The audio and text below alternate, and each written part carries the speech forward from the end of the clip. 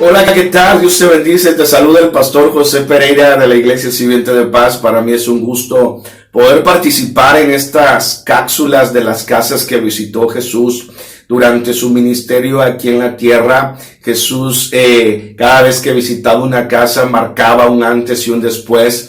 Cada vez que visitaba una casa, traía perdón, traía sanación, hacía milagros, sanaba, y fue algo maravilloso porque yo me imagino que la gente que recibió a Jesús en esta casa fue una gente afortunada, como lo somos tú y yo, porque ahora Jesús está en nuestra casa, en nuestro corazón, cuando tú y yo le abrimos las puertas de nuestra alma y que tome la rienda, que tome el control de nuestras emociones y de nuestros sentimientos. Quiero felicitar al pastor Adam, a la pastora Male, a la iglesia Ágape por este discipulado digital, así que yo te invito que puedas certificarte sobre este discipulado digital, para que podamos también saber que ha sido de bendición para tu vida y que cada cápsula de las casas trajo algo especial y que pudiste aprender algo.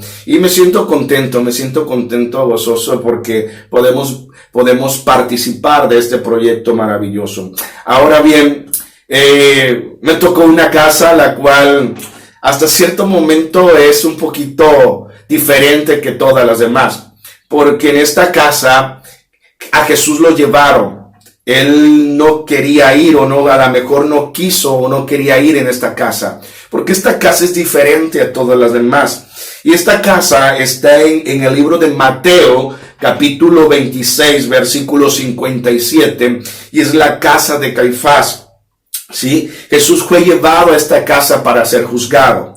Fue la única vez que Jesús fue llevado a una casa involuntariamente, ¿sí? En la casa de Caifás estaba el sumo sacerdote. Él fue, ¿sí?, el que juzgó y condenó a Jesús a la muerte. Y yo quiero leerte un pasaje de la palabra del Señor ahí en Mateo 26, versículo 59. Dice, y los principales sacerdotes y los ancianos y todo el concilio buscaban falsos testimonios contra Jesús para entregarle a la muerte. Fíjate bien, dicen los historiadores que el juicio de Jesús fue un juicio el cual no fue correcto, no fue justo, ¿sí? ¿Por qué? Porque dentro de esta casa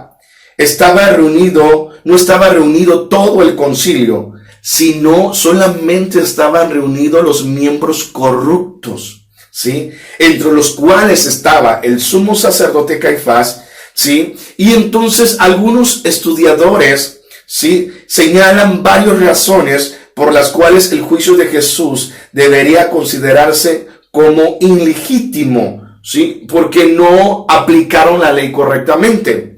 Sí, te voy a dar un dato. Dentro de la ley marcaba que el concilio no podía reunirse fuera de su localidad, ¿sí?, o fuera de su localidad en el monte o en el templo, sino que la marca la historia que se reunieron en la casa de Caifás. Entonces ahí, número uno, están violando una ley. Si esto nos marca que no es correcto, no era justo el juicio de Jesús, y nos da una perspectiva de la gente que estaba juzgando a Jesús, ¿sí? La otra característica es que los casos de pena de muerte deberían de ser juzgados durante el día, y Jesús fue juzgado en la noche, ¿sí?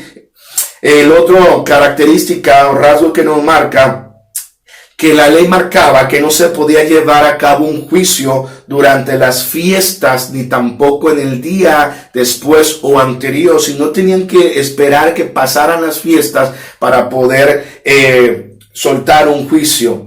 Y ahí violaron una ley, juzgaron a Jesús en las fiestas de las Pascuas, en fiesta del mes de Nisan. Entonces estaban violando una ley. Y esto nos marca que el juicio de Dios no era correcto. El caso de la pena capital, la corte no debería de condenar a la muerte en un solo día, sino tenía que esperar, ¿sí?, por lo menos tener un tiempo considerado para retomar un juicio, para soltar un juicio, y a Jesús lo condenaron en la misma noche, ¿sí? Entonces hay varias circunstancias o señales que marcan que este juicio no fue correcto, que no fue adecuado, que no fue justo.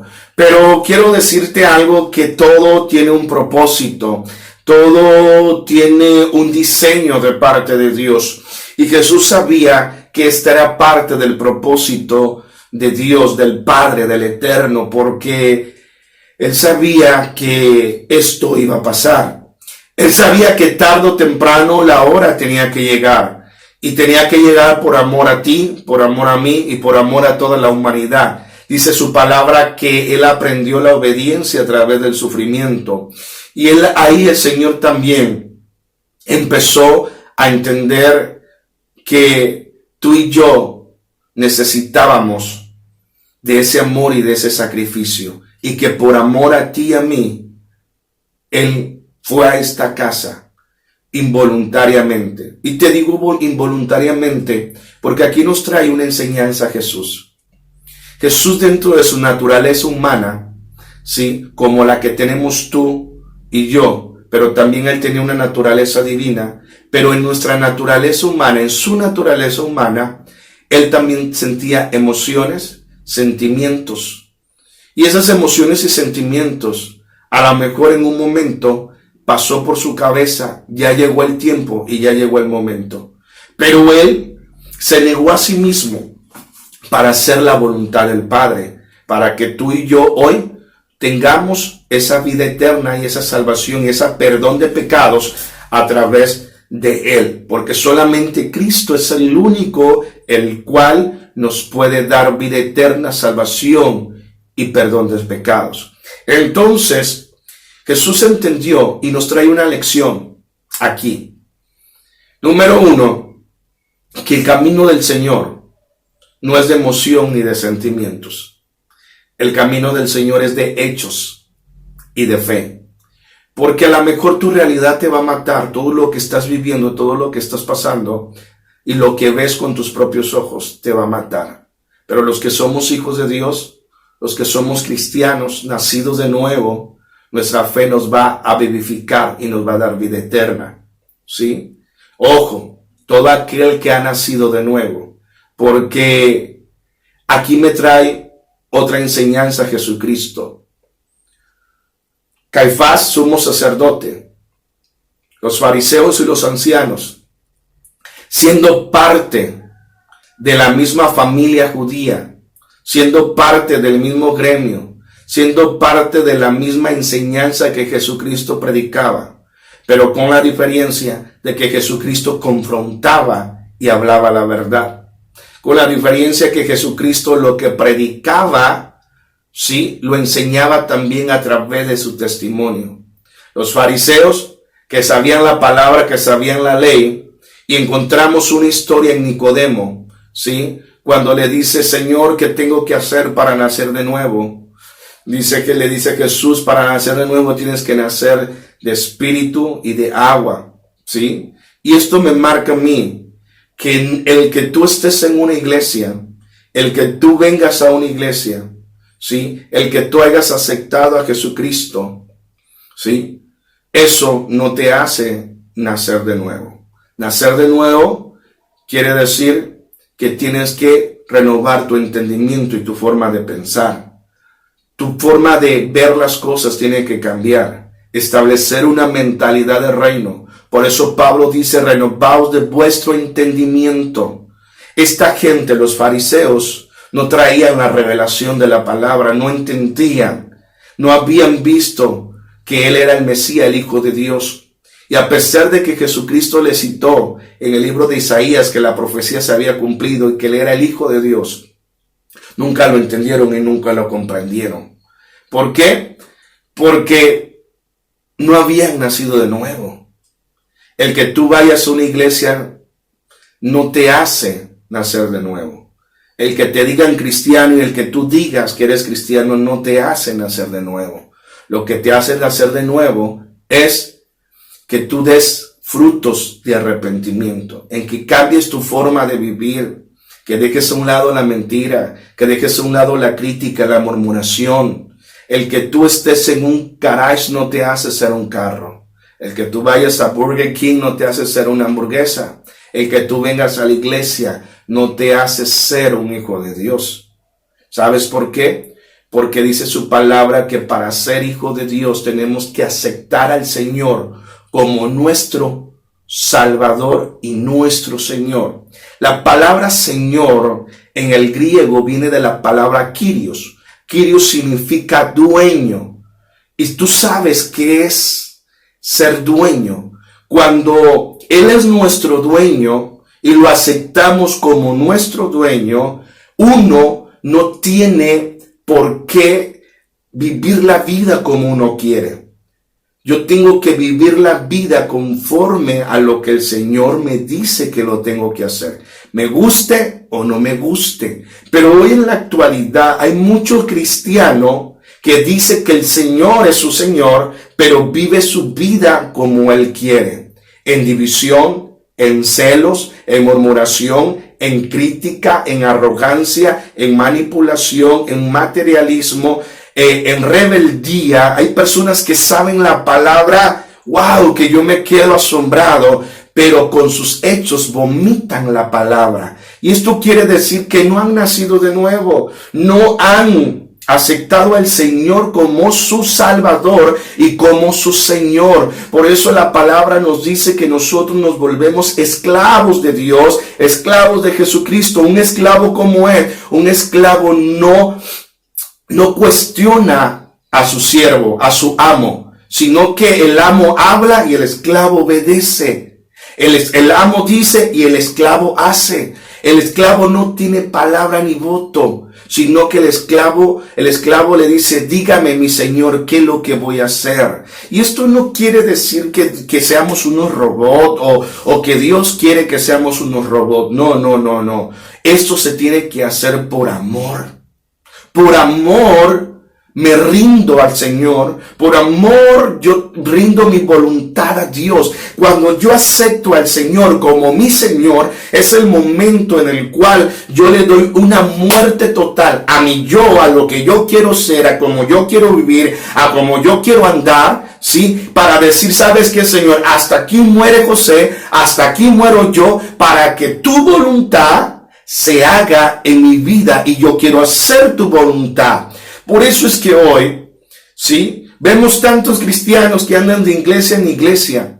¿Por qué? Porque no me conviene, porque no me gusta, porque no me agrada, porque esto, porque el otro, porque esto, pero caen en un estado de desobediencia y de rebeldía.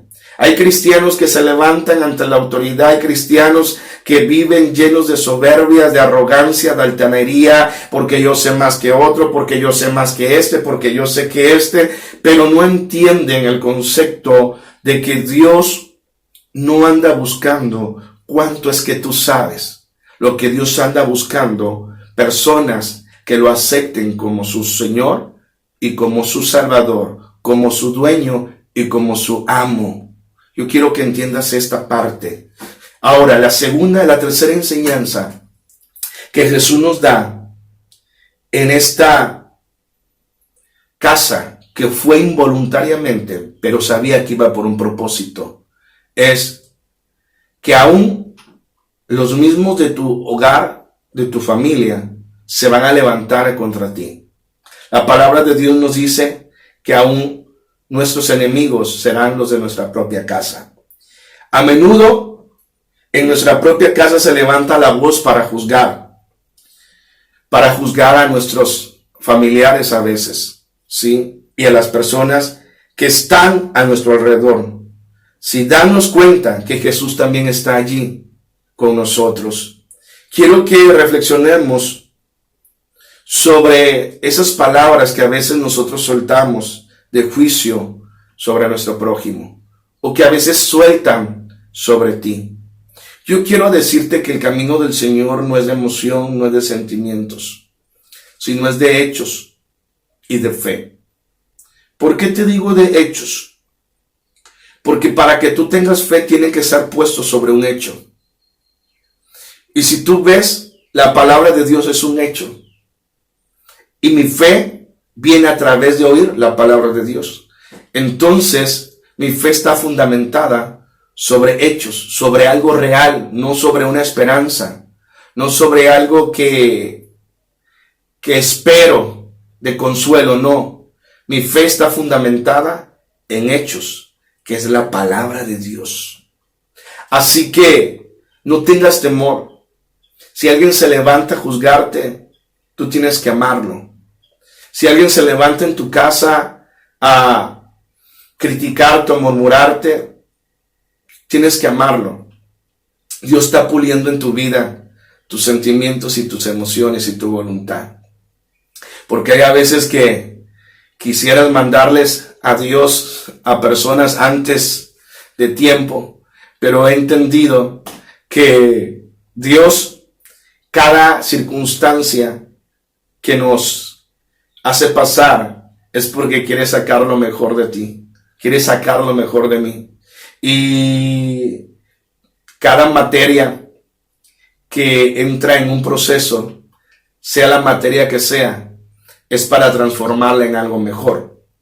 Y hoy lo que tenemos los cristianos es que hay mucho cristiano que va caminando el camino de Dios por emoción, por sentimiento. Y estos cristianos, a la primera del desierto que pasen, ahí se quedan. Y lo que el Señor nos está diciendo aquí y nos está enseñando en esta casa, que a lo mejor tuvo miedo, a lo mejor no quiso ir o no quería ir o fue en contra de su voluntad, pero él supo entender y comprender que era necesario pasar por ahí para que el plan y el propósito de Dios se cumplan. A lo mejor en tu casa te están diciendo eres un fanático, eres un religioso, solamente te la vives en la iglesia, o a lo mejor te están juzgando. Te dicen no cambias, mira cómo eres, mira cómo estás, ¿para qué sirves? Pero hoy Dios trae esta palabra para ti. No tengas temor. Recuerda que Dios nos ha dado poder, amor y dominio propio. El dominio propio ya es parte de tu diseño. Es parte de mi diseño. Solamente lo tienes que activar. ¿Cómo voy a activar el dominio propio? Cuando se presenten estas circunstancias. Cuando se presenten estos problemas. Y decir, yo tengo dominio propio, yo tengo poder y yo tengo amor para mis enemigos. Así que invítale una tacita de café a aquel que te cae gordo, a aquel que ha hablado mal de ti, y demuéstrale que no con críticas y murmuraciones vas a confrontar las cosas, sino con ese acto de amor y de bondad, porque el Señor Jesucristo es tu Señor. Es la negación completa a uno mismo para que Jesús pueda fluir en nosotros. Cada día dile, Señor, yo quiero menguar para que tú fluyas. Cada mañana levántate y crucifica tu carne. Crucifiquemos nuestra carne, porque es necesario. Los hijos de Dios tenemos que brillar y ser luz en medio de la oscuridad. Dios está trayendo un nuevo tiempo y me sorprende mucho, y yo te decía que la fe está basada en hechos. Los mismos tiempos que se vivió en los tiempos de Jesús, a donde los mismos fariseos, los ancianos, juzgaban a Jesús y le decían, ¿cómo puedes sanar en día de reposo? ¿Cómo puedes hacer esto? ¿Cómo puedes hacer el otro? Y estaban con la palabra para juzgar. Hoy esos tiempos se repiten. Hoy mucha gente se levanta a juzgar, saben mucha palabra, saben mucha teología, saben mucha palabra, y muchos se levantan para juzgar, para criticar, para pensar y decir estamos bien, porque la palabra lo dice así. Y me recuerda el pasaje que dijo Jesús cuando fue confrontada esta mujer que la estaban apedreando, y le dijo Jesús a los mismos fariseos, a la misma gente que juzgaba, si estás libre de pecado, tira la primera piedra, y nadie tiró la piedra. Jesús le dijo, son como tumbas, blanqueadas por fuera, pero por dentro están podridos. Es una palabra fuerte y dura, pero creo que Dios hoy en estos tiempos va a traer un renuevo de su presencia, un mover de su presencia, levantando una generación diferente, una generación que marque un antes y un después. Lo que sí creo de parte de Dios, que el Señor está trayendo una nueva frescura, levantando una generación no legalista, no religiosa, pero una religión que sabe caminar bajo la santidad y enseñar a establecer el reino de Dios. ¿En qué es el reino de Dios? El reino de Dios es un cambio completamente de mentalidad, un cambio completamente de conducta, un cambio completamente de rendir nuestra voluntad a Él y no vivir como nosotros queremos, sino como Jesús marca que tenemos que vivir. Porque Jesús no es religión. Jesús batalló y peleó con la religión. Jesús es una relación. Cuando tú tienes una relación con Jesús, tú vas a entender y comprender cuál es la voluntad del Padre y cuál es la voluntad del Hijo. No nos vamos a llevar a perder el tiempo, ¿sí? Discutiendo si estás bien, si estás mal, porque la palabra de Dios dice que el árbol por sus frutos es conocido. El árbol por sus frutos es conocido. Recuerda mucho esto, que valen más los hechos que 1000 palabras. Valen más un comportamiento correcto que 1000 palabras. Ama al Señor con todo tu corazón. Y yo te invito que si en tu casa se han levantado, aún en tu propia iglesia se han levantado, toma el consejo y el ejemplo de Jesús, que aún siendo juzgado, ¿sí?, en este juicio que no fue justo, en el cual contrataron testigos falsos para atestiguar en contra de Jesús, Jesús tuvo algo, y fue que solamente guardó silencio. Y así es mi Señor. Y guardó silencio por amor a ti y por amor a mí. Yo sé que es difícil. A veces nuestras emociones, nuestros sentimientos, nuestro carácter nos ganan. Pero quiero decirte algo, que en cada situación que tú pases, Dios va a sacar lo mejor de ti. Dios te capacitó con 3 herramientas: amor, poder y dominio propio. ¿Sabes por qué? Porque el Señor quiere que a través de tu testimonio establezcamos el reino de los cielos aquí. El poder amar a todo aquel que te juzga, el poder amar a todo aquel que te critica, y no solamente amar de lejos, sino amarle con demostraciones y hechos. Yo quiero decirte en esta hora, tenemos que aprender de nuestro Señor Jesucristo. Tú y yo somos hijos, ya no somos criaturas.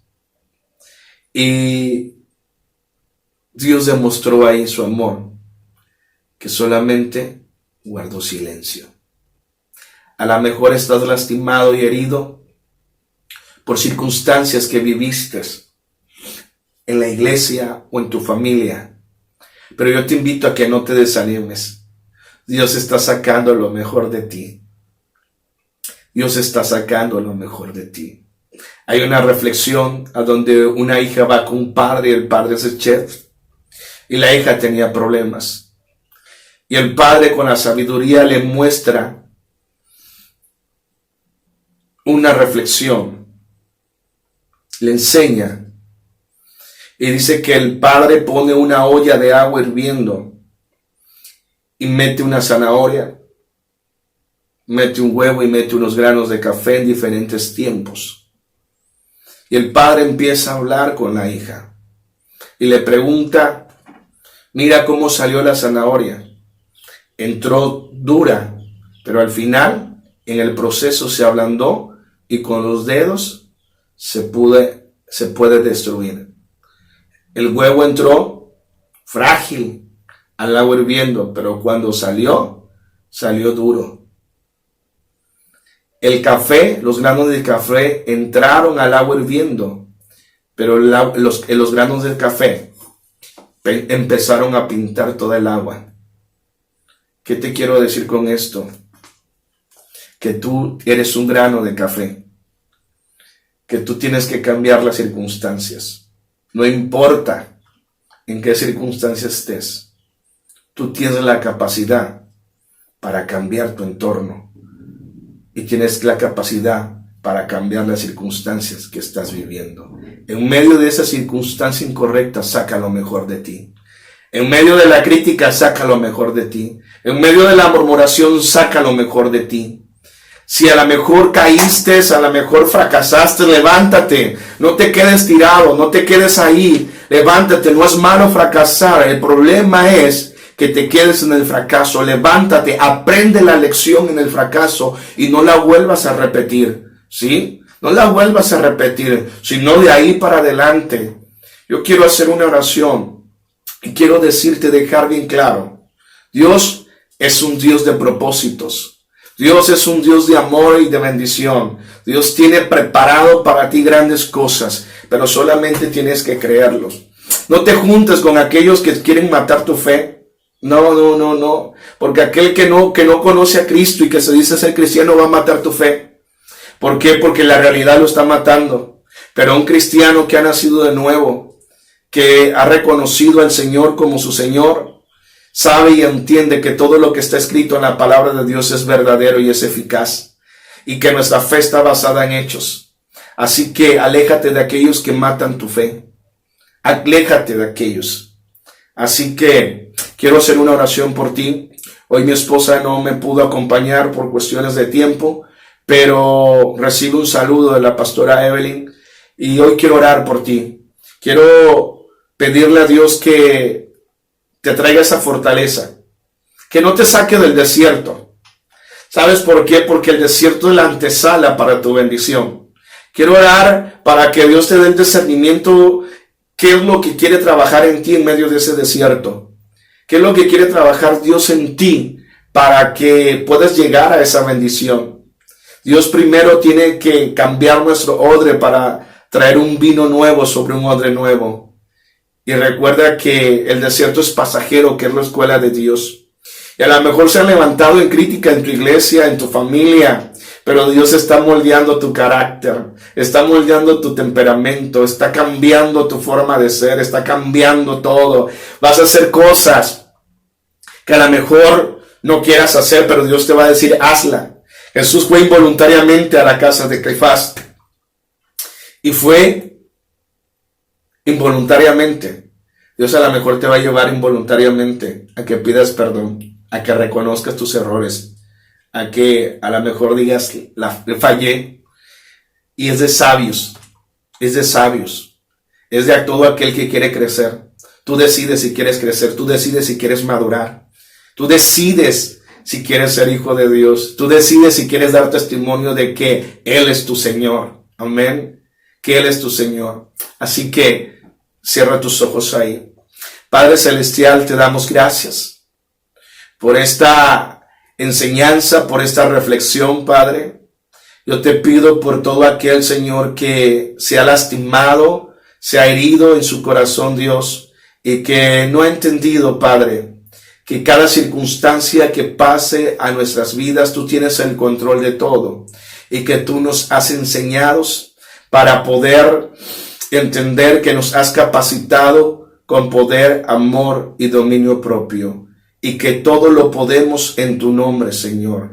Todo aquel hermano o persona que está pasando por un desierto, yo te pido que abra sus ojos espirituales, sus oídos espirituales, para que puedan entender, Señor, la enseñanza que tú les traes. Esa enseñanza para cambiar cada área de su vida. Gracias, Señor, por ese sacrificio que hiciste en la cruz del Calvario. Gracias, amado, y ayúdanos, Señor, cada día a dar el testimonio correcto de que tú eres nuestro Señor. Amén, amén. Bendiciones, muchas gracias por este tiempo. Espero que esta palabra pueda ser de bendición y te haga reflexionar. Bendiciones.